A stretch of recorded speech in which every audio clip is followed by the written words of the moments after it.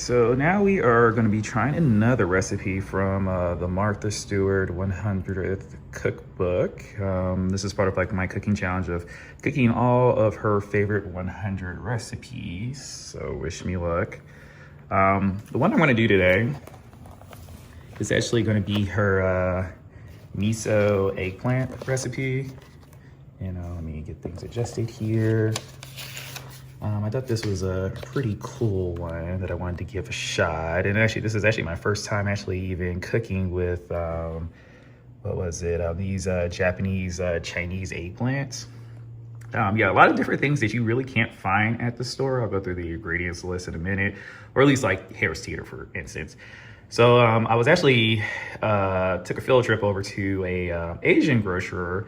I think it was called H Mark, and it was a really cool spot. I'm actually excited to frequent there more often to really dive in as I'm kind of like going about this culinary experience of mine. But the miso eggplant recipe was inspired by Nobu. You can kind of see that she actually has a relationship with him. I've actually been to one of his restaurants before in Atlanta. Very good food. But kind of just kick things off. We hope it's going to look like that by the end of it. But, I actually had to do some Googling myself as I was trying to find some of these things off this list. But, so we have white miso, which is right there. And per Google, I had to educate myself. But miso is actually, like it says right here, a thick paste made from soybeans. So that's kind of what it looks like. So I thought that was pretty interesting. We have sugar, so we got that. Sake, we got some organic sake from that grocery store as well. Mirin. So that's here. I actually didn't know what this was. So, I had to obviously Google it and found out that this is actually a rice wine that is common with Japanese cooking. So, I think it's sometimes like kind of like cooking with like, wine, white wine, red wine, etc. It's just a Japanese cooking wine. Let's see. So I got the eggplants. They suggested 4, but I kind of got a couple extra one for trial and error. Extra virgin olive oil, because we will be frying these. Sesame seeds, I got those over there. And then it says pickled ginger or plums for serving. So I was able to find some pickled ginger slices. The plums actually kind of were hard to find. I'm pretty sure they were at that grocery store. It was just a lot going on and I just had a little trouble finding it myself. So not saying it wasn't there, but I just didn't find it. So those are all the ingredients and we'll just kind of do our usual me working my way through the recipe and we'll see how it turns out. Okay, so the first thing that they have on here, out of the 4 steps, step 1 is to make the den miso. I also had to Google what that was. So basically, that's just going to be the sweet, thick miso glaze that we're going to make by combining, the miso paste, the sugar, the sake, and the mirin. So how do you do that? Let's see here. So we're going to combine the miso and the sugar in a medium heavy bottom saucepan. We're gonna add the sake and the mirin. We're gonna whisk to combine, simmer over low heat, stirring frequently until the sugar dissolves and begins to darken. So they said about 30 to 45 minutes, remove from heat. And then you should have about 2.5 cups, reserve 1 cup, set aside rest for another use. All right, so let's go ahead and get that started. All right, so now we're gonna combine the sugar and the miso into the saucepan. I've already started to get it heated. So this is 1.5 cups and 3/4 of sugar. So 1.5 cups. So again, we have this here. 1.5 cups will be just basically filling it up to there. and then putting it in the pan. So I'll use this spatula and show you guys what that looks like real quick. All right, so this is about 1.5 cups.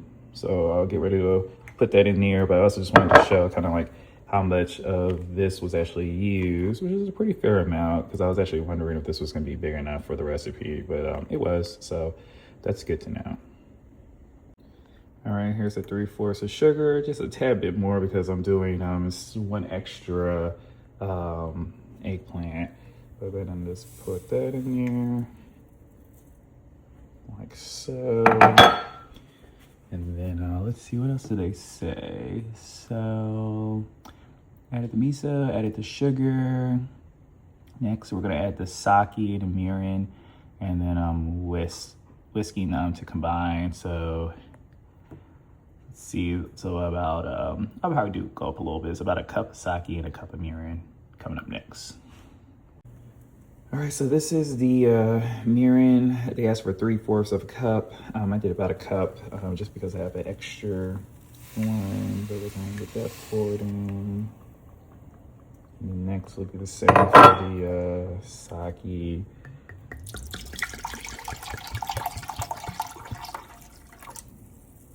Get that poured in.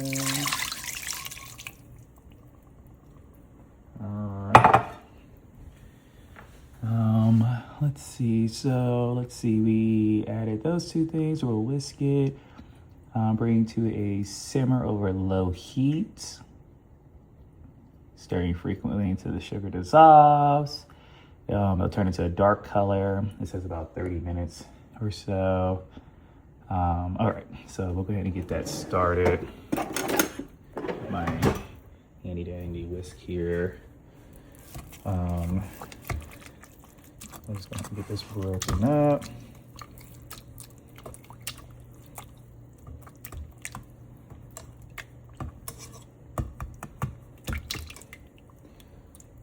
I'm just going to continuously, like I said, stir this over the next 30 minutes. Let it get to a low simmer. And making sure that all the sugar dissolves and it'll get a darker color. So I'll bring y'all back once that happens.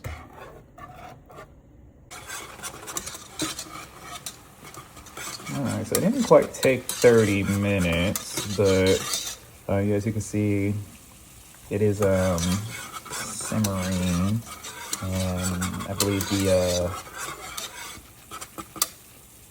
the sugar has definitely melted or dissolved really well. Not as dark as it says, so maybe I'll probably kind of let it simmer a little bit longer so it doesn't get a little more of a darker tint. But it does smell really well. It smells really good too. Now let's go back over and check the recipe. So let's see. Just bring it to the simmer over low heat. Stirring frequently. Oh, so I guess I did just bring it to the simmer over low heat. Stirring frequently until the sugar is dissolved. So it is dissolved and the color begins to darken. So I guess we're waiting for the color to begin to darken.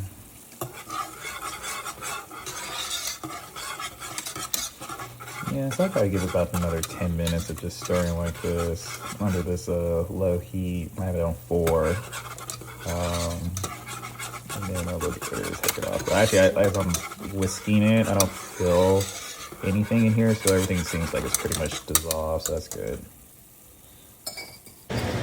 All right, so it is beginning to darken, so I'm gonna go ahead and just remove this off the heat.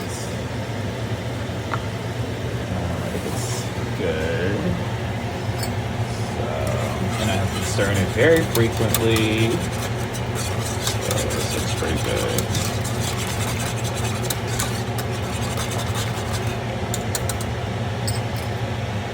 Okay.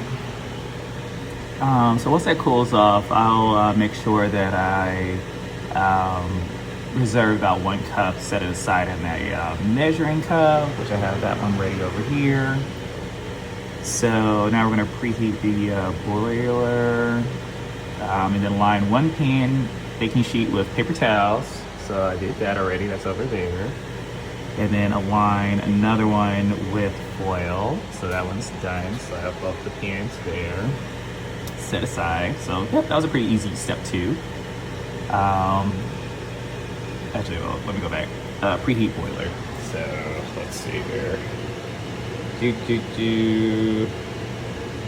Where's that button at? Oh, boil. That would do high. Start. Okay, so that's preheating. So that's good. This din miso is done. So that's good. And next, let's see, step 3. So we're gonna have the eggplants lengthwise using the tip of a sharp knife. We're gonna score the flesh in a cross hatch pattern. So it's kind of like, you can see from the picture there, kind of does this like little cross thing. So we'll do that. So let's go ahead and get that part done first. The next step is going to be to cut all these lengthwise. And then we're gonna do a cross pattern on each. So I'll be back momentarily to show you what that looks like. Okay, so I halved all of them, and then I did this little cross pattern with a sharp knife. So you can see that all there. That was actually kind of a little bit more fun than I thought it was gonna be. So kind of going back to this. So we did step 2. So yeah, so we have the eggplants lengthwise using the tip of a sharp knife. We cut in a cross hatch pattern. So you can see that there. So in a large heavy bottomed saucepan, we're gonna add 2 inches of oil and heat. And it says working in batches, fry the eggplants, skin side up. So skin side up, 1 minute, and then turn and fry into tender about 30 to 90 seconds more, and then transfer to the paper-lined sheet and then drain. Okay, so let's see. So I did turn the thing on, so I'm heating right now the oil. We'll go ahead and start frying them. I will drain them on the paper towel here. Let's move this out the way. Okay, so I put the eggplants here when they're done frying. We'll fry them here, wait for that to get hot. That sauce is done. Double check something. So I did that. Okay, so we're heating the saucepan, getting the oil hot, working in batches, fry the eggplants. So we'll do skin side. Okay, so when it says, let me just double check here. Skin side up. So when we first fry them, we're gonna fry them like this. That is skin side up for 1 minute. And then we're gonna turn them and fry for another about minute. Okay, got it. All right, so the oil is now hot. I always like drop a few drops of water in there just to see if it pops, to let me know that it's hot. Because I have no way of knowing if it's 360 degrees Fahrenheit. But we'll go ahead and get this started. So we're gonna do skin side up and start doing this in batches of frying eggplants. So we're gonna start with a shorter one to test this out.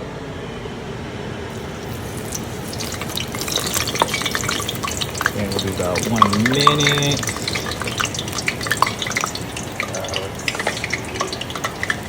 Let's put another one with a similar size. So this is also a good pointer to not always get the longest ones that they have at the store, because so they fit, but they have a couple of long ones that might not fit, so we'll see.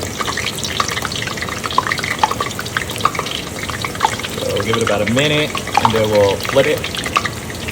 And then we'll do, recipe says 30 to 90 seconds more before we place it on the towel. All right, so now we're gonna flip. Let's see.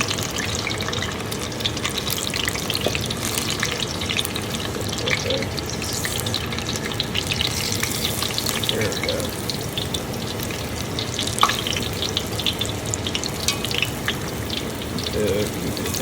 There we go. All right, we're gonna do about 1 more minute here. That looks good. And I was actually concerned that this wasn't gonna be 2 inches worth of oil, but it seemed like this whole quart or 32 fluid ounces was sufficient to have it enough to cover all these. So that's good. So we'll do about 30 seconds to a minute on this one. And then we'll put it on the paper towel to dry. And then, you know, cook the rest of the batch similarly. So go ahead and take these out of these in about 30 seconds to a minute. They're really soft though, very tender. Very, you know, I'm afraid I'm gonna break them out, but there we go. Like so. All right, there we go. So those are done. Now to do the rest of them. All right, so this is what the finished product looks after I fried all the batches. Looks very similar, more or less, to the picture here. So the broiler has been going for a minute. So let's see,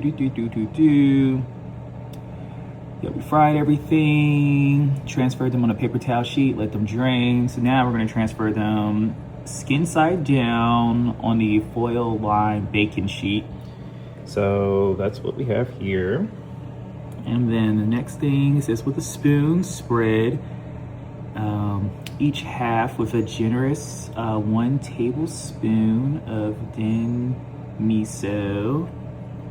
Then we're gonna broil. Now we're about to add a generous amount of 1 tablespoon each of the den miso on each of those. I'll show that. And then we're gonna put it in the oven. It's currently been preheated on a broil. We're gonna let that do about 30 seconds to a few minutes, depending on how hot the heat is. And then once we're done with that, then we're gonna sprinkle it with sesame seeds and serve with the pickled ginger. Again, I don't have plums, but if desired, I have the ginger, so I'll do that setup for y'all. But yeah, let's go ahead and add some of this on. This is the den miso. So yeah, just kind of coat that nicely.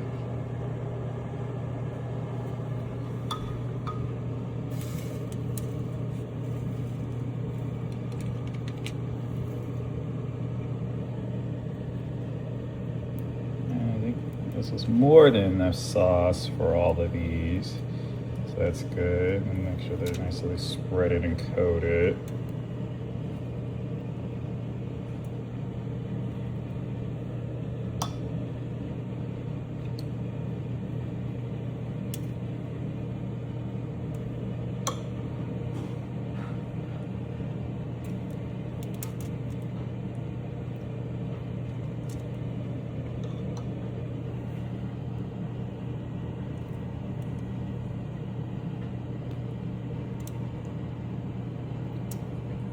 When I do the broil, probably give it a nice little coating there with the sugar.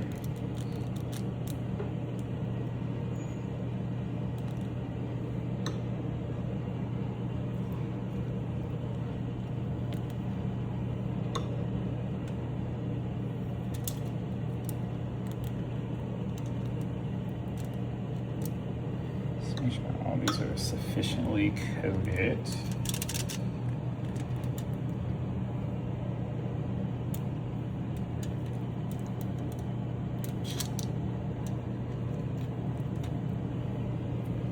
All right, I think we are good here.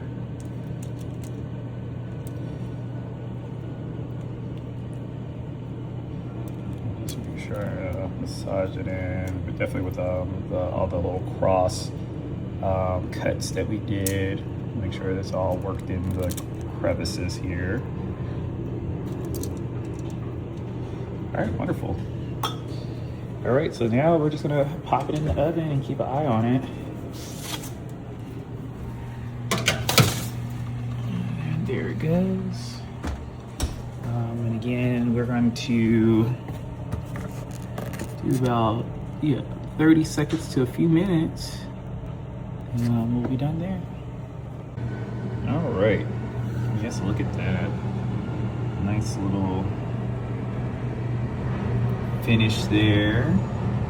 And the last step would just be to use some sesame seed, sprinkle it with sesame seed.